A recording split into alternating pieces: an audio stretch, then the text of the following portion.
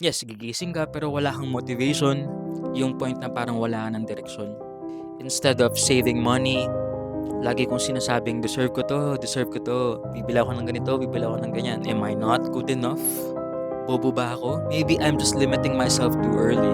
Or like, maybe I'm already disqualifying myself before even trying.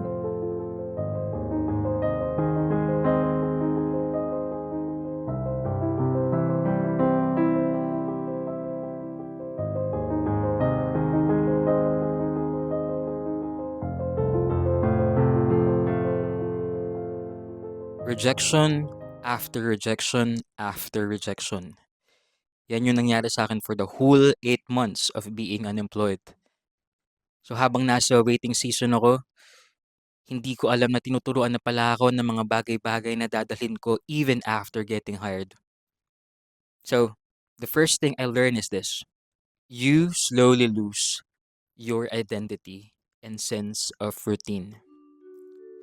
Kasi kapag may trabaho ka, 'di ba? Structured lahat eh.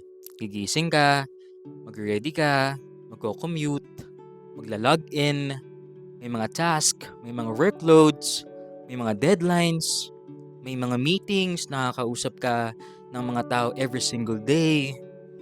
Pero nung naging unemployed ako, for whole freaking 8 months, bigla akong nawala ng ganun. As in, lahat wala. May mga araw na nagiging pare-pareho lang yung gising ko. Yes, gigising ka pero wala kang motivation.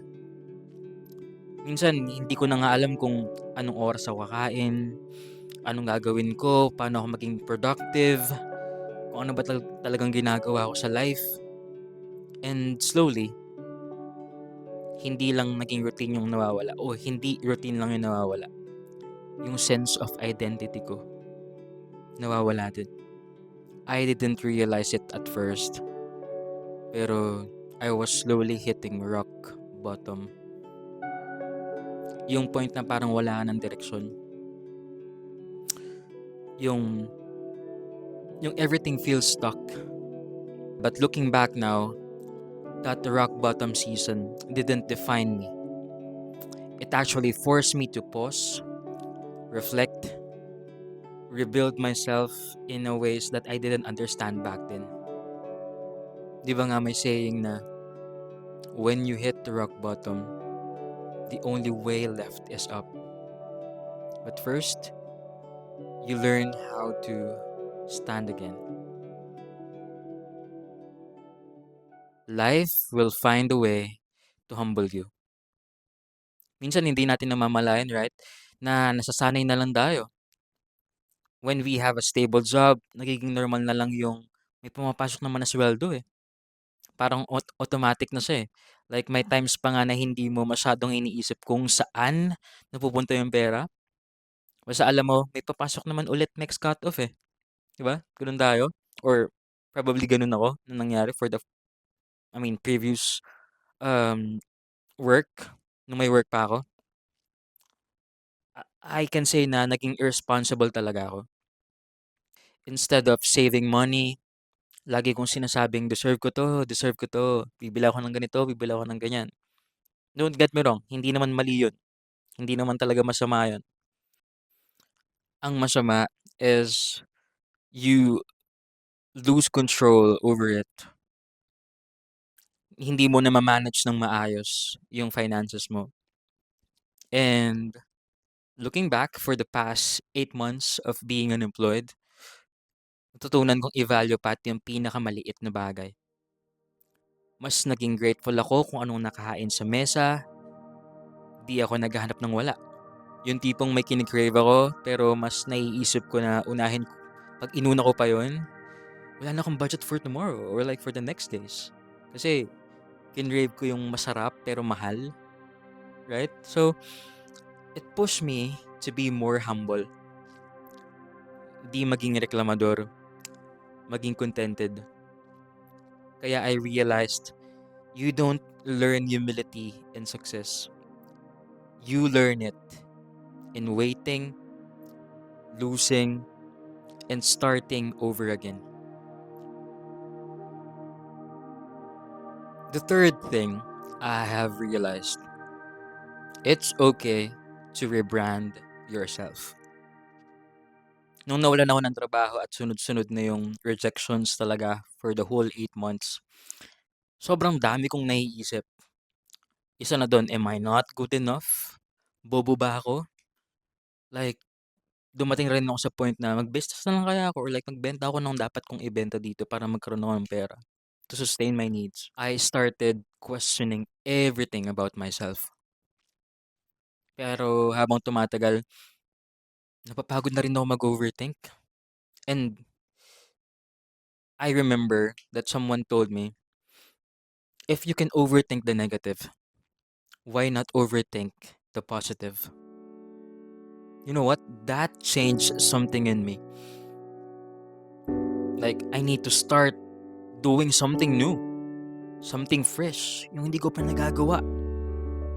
So, I started going outside my own box. I told myself, this is not me anymore. Pasko na yun. Yes, given na yun, nawala na ako ng trabaho. Hindi na ako dun titingin, hindi na ako magpo-focus dun. I need to focus of something else na mas nagmamatter at magmamatter ngayon. So what I did was, even the job descriptions required a high level of expertise, like far beyond my current skills. Sabi ko, hindi, apply pa rin ako. Because I started thinking back then, who knows, di ba? Maybe I'm just limiting myself too early. Or like, maybe I'm already disqualifying myself before even trying. So, I realized, I had nothing to lose anyway. Nawala na ako ng trabaho eh. Ano pa ba yung ni-expect ko, di ba? So, I might as well give myself a chance dito sa mga bagay na to. Like, it wasn't about pretending that I was ready, but it was about allowing myself to try. Even if I wasn't fully confident yet. And lastly, I realized getting hired is not the finish line. Sure ako, there's one email that can change your life completely. And I experienced that specific moment. Kaya nga niya nakita yung video sa Threads, right? Or sa YouTube. Yes, nandun na ako sa point na yun. Right now, at this moment, possible talaga lahat ng bagay kay Lord kapag in-entrust mo sa Kanya yung faith mo.